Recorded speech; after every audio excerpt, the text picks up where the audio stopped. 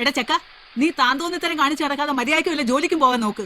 എന്തോന്ന് ജോലിക്കുവാൻ? എന്റെ അമ്മേ, തൊഴിലില്ലായ്മയാണ് ഇവിടുത്തെ ഏറ്റവും വലിയ എടാ പ്രശ്നം. മണ്ടം കരുത വെറുതെ എന്നെ കൊണ്ടൊന്നും പറയിപ്പിക്കരുത്.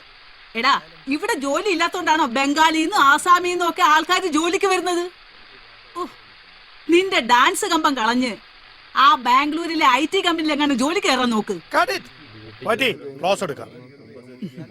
സീനോക്കെ